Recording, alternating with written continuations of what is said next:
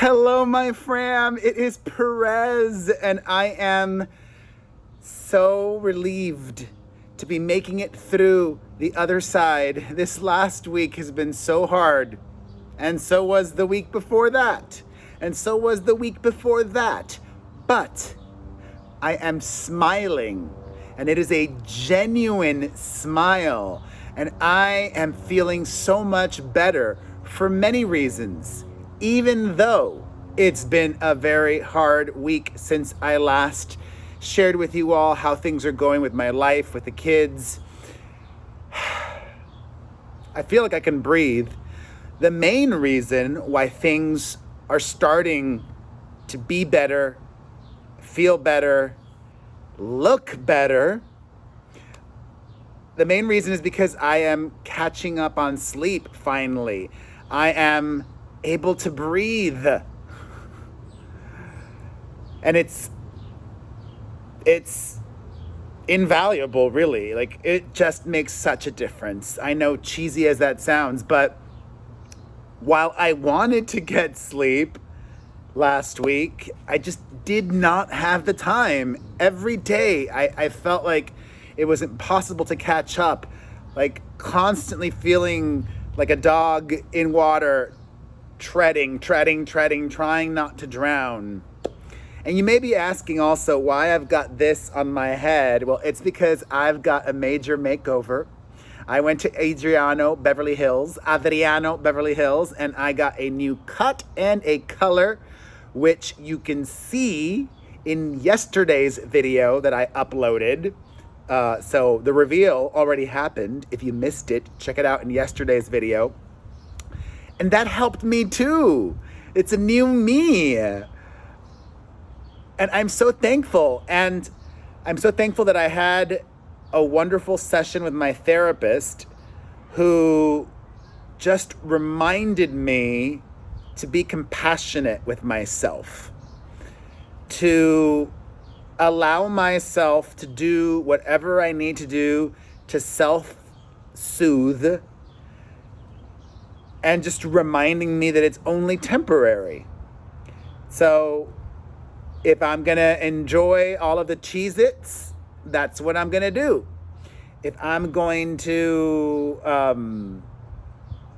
do whatever I need to do to survive, that's what I'm gonna do, because I'm in survival mode. And eventually, hopefully starting this week, I will get back onto thriving mode. And I want to share something with you all. I don't just want to be compassionate with myself. I want to deconstruct the lies that my brain is telling me. And for me, one of the biggest problems that I have is I hold myself to such a high standard of excellence, like of what I want my career to be, what I want my life to be, what I want my parenting to be. And because I hold the bar so high, I rarely meet it. But like today, I'm uploading this video on Monday, but I'm filming it on Saturday. It's a holiday weekend, and today I did nothing. Well, that's not true. I did nothing outside of the house, but I did do something with my kids that was out of the norm, that was fun and special for them at home. And it was also inexpensive. I bought something for us to do. It costs less than $20, and honestly, one of the highlights of my year, the smiles on their faces, the smiles on my face. It was like this weight off my shoulders. And then afterwards, my brain was like, these are the memories that childhoods are made of. And it was wonderful. And it helped me forget about what's going on outside of my house. And maybe that's another reason why I don't want to leave the house right now. Like, the outside world is very hostile to me in this moment of time. Maybe we'll go out yesterday, 4th of July, tomorrow. It hasn't happened yet, but maybe not. And it's not a failure of a day if I do nothing. It's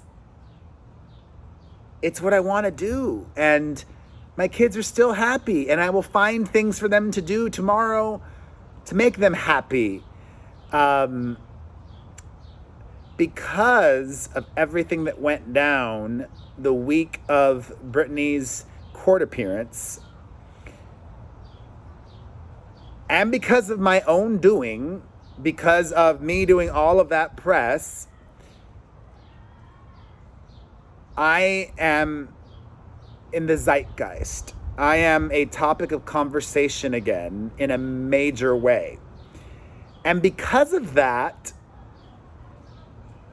and it's not just a feeling, I think it's pretty accurate. Oops. Because of that, the whole world is coming at me. It seems like. Everybody is wanting to and trying to destroy me, to bring me down, to get me to crack. And they clearly don't know me well enough.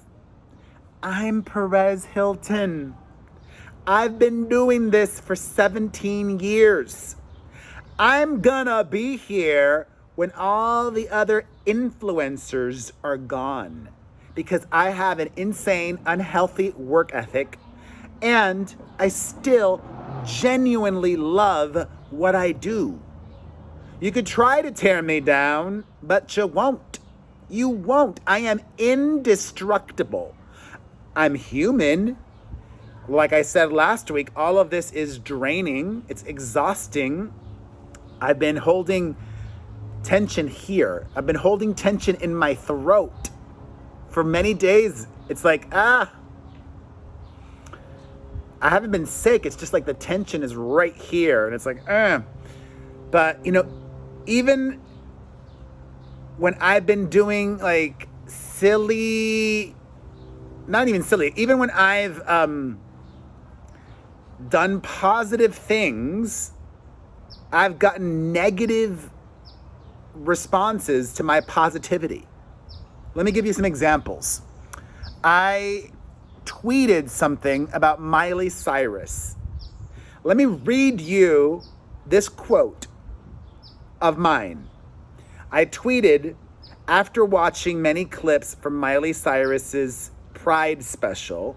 I said, I really hope Miley Cyrus is working with a coach and taking care of her voice. I love how she sounds and her stage presence, and I want her to be able to keep performing and singing well for decades and decades. I am a Miley fan. I have apologized to Miley, publicly and privately. Miley is one of those people that I reached out to at the end of last year when I was incredibly depressed and went through my very public meltdown after I got kicked off of TikTok. I did a lot of soul searching and I reached out to Miley. And I acknowledge my awfulness in the past. I acknowledge and regret it, and just, I hope nobody treats my daughters like that in the future. But I definitely have wisdom to share with my daughters about that experience, and hopefully about how they can deal with something like that if it happens to them. But I'm a Miley fan, okay? And there was no shade in that tweet. It was sincere. And that tweet went viral. And all of these Miley fans were hating on me and attacking me in a vicious way. And I will say it again. That's fine. That's fine. I'm not even complaining. I'm just sharing and explaining what I've been going through. I am in agreement with people. I dished it. I should be able to take it. And I am. I am taking it. Keep on dishing it. It's hypocritical. I can shine the light on that, but I'm not saying it's wrong or don't do that. So that's one thing. On Thursday, I shared a Throwback Thursday photo of Shakira. I have been a Shakira fan for more than half of my life. I've been a fan of Shaki since 1993. She's been around for that long, almost 30 years. I think Estoy Aquí came out in 1993. Let me make sure. Shakira and Donde Están los Ladrones came out in 96, I think. When did Estoy Aquí come out? Oh, no, I was wrong. All right. It came out in 95. So I was close. So, Shakira has been a part of my life for 25 years. And I love her. And some Shakira fans were upset about what I said last year, which I do not regret. You can be a fan of somebody and still be honest.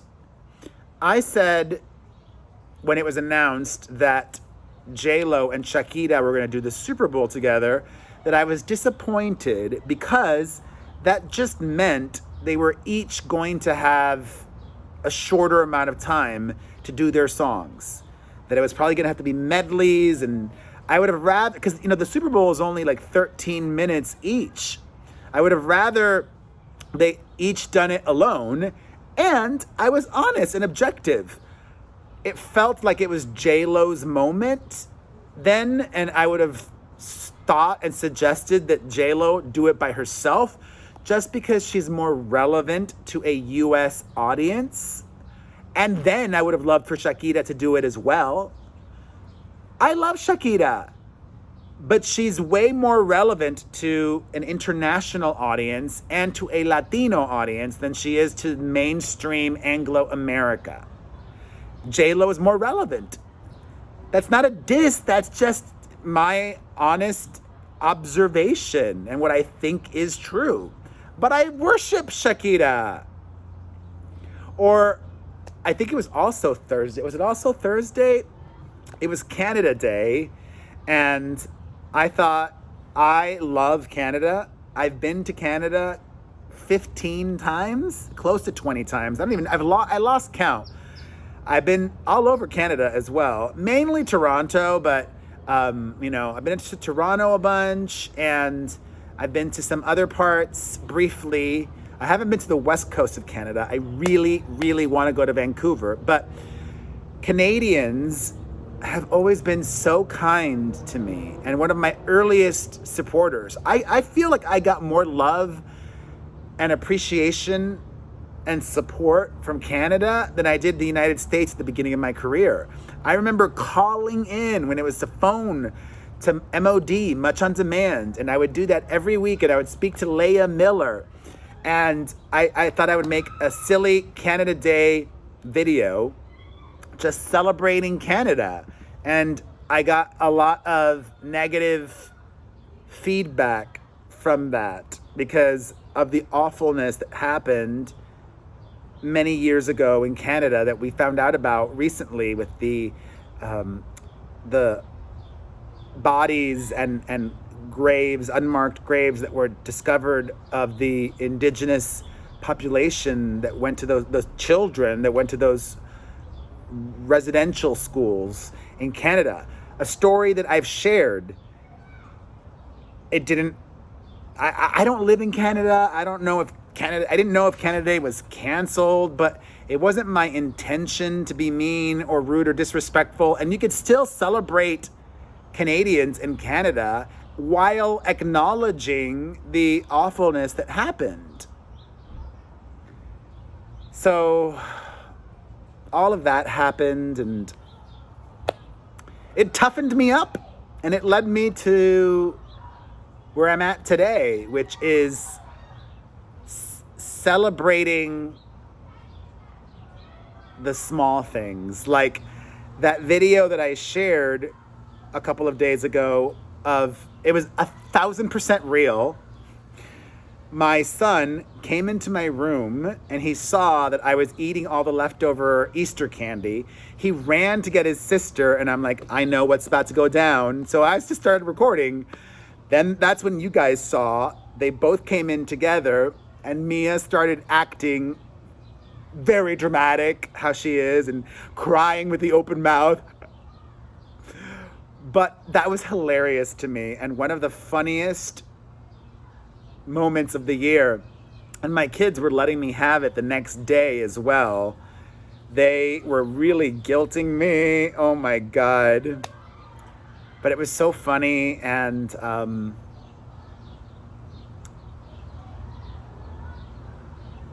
just so blessed. And I am dealing with a lot also behind the scenes. In fact, I've matured enough, or so much, to remind myself and remind you all that some things are better left unsaid publicly. Especially if it's something that could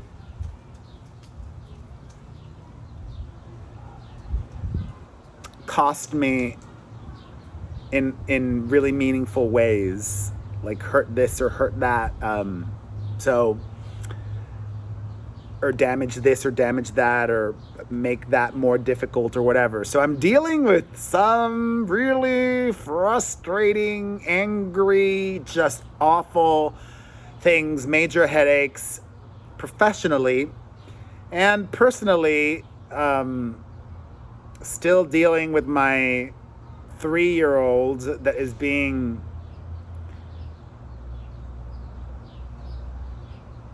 challenging at school.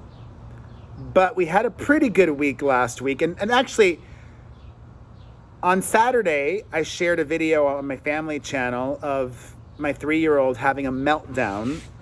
And for those of you who didn't know what was going on, she was angry that I was asking her to go to bed because it was past her bedtime. And she didn't want to go to bed. She wanted to stay up watching TV. And this went on for 14 minutes. And I'm proud of how I handled that meltdown. I made her feel heard and seen, but I stood my ground and I stayed there. I knew she was testing me. So I said, I have to just ride this out and not let her have her way, and also just not dump her in her room. Like, be there for her, try to be encouraging, fatherly, authoritative, but also warm and loving, and not mocking or laughing or anything like that. And I think I handled it all well. And I had this light bulb moment go off about why I think she might be struggling at school. And I think it's a language issue. She's very verbal, but she doesn't speak English. And none of her classmates speak Spanish. So she's resorted to negative behavior to play and get attention, not just with her classmates, but also with the teachers. And that's a problem. And every child is different. Yes, neither of my other kids spoke English by the time they went to school. But by the time they were her age, they were at school for longer. COVID interrupted everything. So they were more advanced in their English speaking than Maite is. And I'm going to do some things to help support her. I think I'm going to even get like an aide or I don't think they're called shadows, but I'm going to pay for a professional to help assist, to help correct these negative behavioral patterns that she's exhibiting. Because I get it. She goes to a small preschool and they can only do so much because they have all the other kids and blah, blah, blah, blah. And she's so smart. She knows also that if she pushes or negative attention, she'll get sent home. But it's important to unlearn these bad things that she's picked up and set her on the right path, even if it costs me a lot of money, because I'm gonna have to pay out of pocket, because she doesn't have a learning disability. She doesn't have autism. You know, I've taken her to the pediatrician. Neither her school nor I think that she's got any learning disability or autism or whatever. It's just a behavioral thing, attention seeking, and just she requires additional support and help, and she's brilliant and lovely and a child. She's 3. So that's all that I've been going through. It's been a lot, but I'm smiling and I already feel better than last week. And something that I forgot to mention last week was one of the things also that helped me heal, that was really meaningful and beautiful to me, was Chris Crocker from the Leave Britney Alone video. You know, creator, OG influencer. He left the most meaningful message on my Instagram to me. Let me read it to you, actually, because I think that's a good way to end. I don't think I read it last week. Am I losing my mind? Did I read this last week? I don't think so. Let me read to you guys what Chris Crocker wrote. Blah, blah, blah. I wasn't planning to read it. Keeping everybody in Florida in my heart. All right, this is what Chris Crocker wrote. He said, as you already know, you and I had a very difficult did I read this last week? I don't think so. This is what if I did, just stop watching, because I'm going to end after this. But it's beautiful, and it merits actually reading it twice if I did read it. I don't think I did. I clearly still need to get even more sleep. Chris Crocker said, as you already know, you and I had a very difficult and heated past. It's not my place to tell everyone to forgive you on behalf of Britney, because I can only speak for me and my experience. Your site was one of the key reasons I made Leave Britney Alone. What I do know is that the way you have even privately apologized to me, or just even cleared up misunderstandings we've had, I know you have grown as a person. As a sober person, I know that I can't stay sober without forgiving myself and others. And I'm saying this publicly to say, regardless of my dislike for your posts then, I am happy you're using your platform now for her voice to be heard. You've apologized many times, and from my understanding, even to her privately. Some may have forgotten you were a part of her circus era afterwards, but it isn't up to the public to hold a grudge on her behalf if she's forgiven you. Mental health awareness goes both ways. You're hopefully more aware of what she was going through then, which was perpetuated by sites like yours, and in turn, we can hopefully see you were maybe going through something then as well in a different way. Hate only brings more hate. I'm happy you're evolving, and I thank you for the private convos we've had that have been very healing for me to let go of past hurts. Hope that made sense. Heart emoji. It did, and I thank you, Chris Crocker. And if you watch till this end, I'm just going to do the reveal here because you're an ender. I love my new hair. I love it. And I love you. And the only ask before I sign off, I'll put it back on just because I want to make sure. I wish YouTube gave you more than three thumbnail options. Anyways, that's for YouTube. We only ask. We are uploading the podcast now onto my @Perez Hilton YouTube channel. I am so laser focused and determined to grow it on YouTube. I know our show is great and has so much potential on this platform. Please watch our podcast every week in full on my @Perez Hilton YouTube channel. Subscribe, turn on the notifications, watch, support, tell your friends, share. I love you. I'm better. God bless you all. Bye. Watch the podcast. Mwah!